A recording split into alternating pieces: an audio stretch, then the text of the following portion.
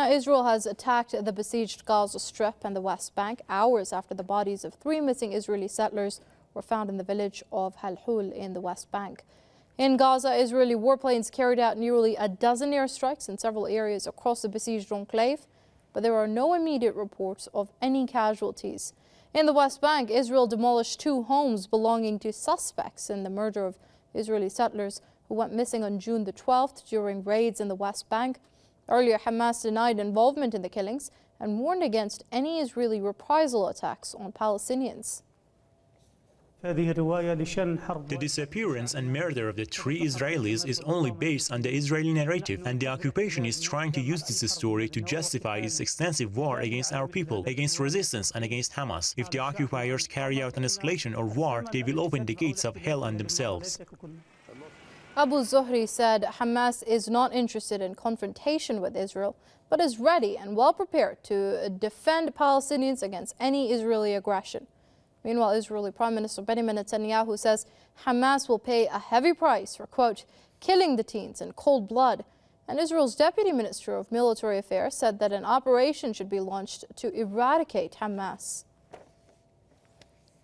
Joining us from Ramallah now is our correspondent Nell Burden with the latest. Now, Nell, I'd like to first pick up on the demolition of the 2 houses of the suspects with regards to the kidnapping and murder of the 3 settlers. Now, punitive demolitions is something Israel has used in the past, although we haven't seen it quite recently. Can we expect more of these as well? Well, absolutely. We haven't seen those forms of demolitions in terms of attacks against possible suspects in these murders. Now, as we know, the 3 Israeli teenagers who had been missing for 18 days were found in the village of Halhul, just north of Hebron.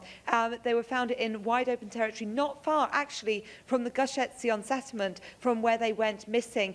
As soon as the Israeli forces found the bodies of the 3 teenagers who essentially had been dead for 18 days, they immediately surrounded the village of Halhul. Now, the 2 number 1 suspects in terms of the Israelis are 2 members of Hamas who have been missing since the Israeli teenagers have been missing. They surrounded both homes. Now, the home of one of the suspects, Abu Aisha, he actually had his house blown up. So there was a large explosion, lots of fire. The fire continued in the house. And as far as we know so far, 1 child, a small girl, has been injured. We don't know actually the extent of the injuries just yet. In the other house, they totally surrounded it. It's the house of Marwan Kawasimi. They completely surrounded the house. They entered into the house.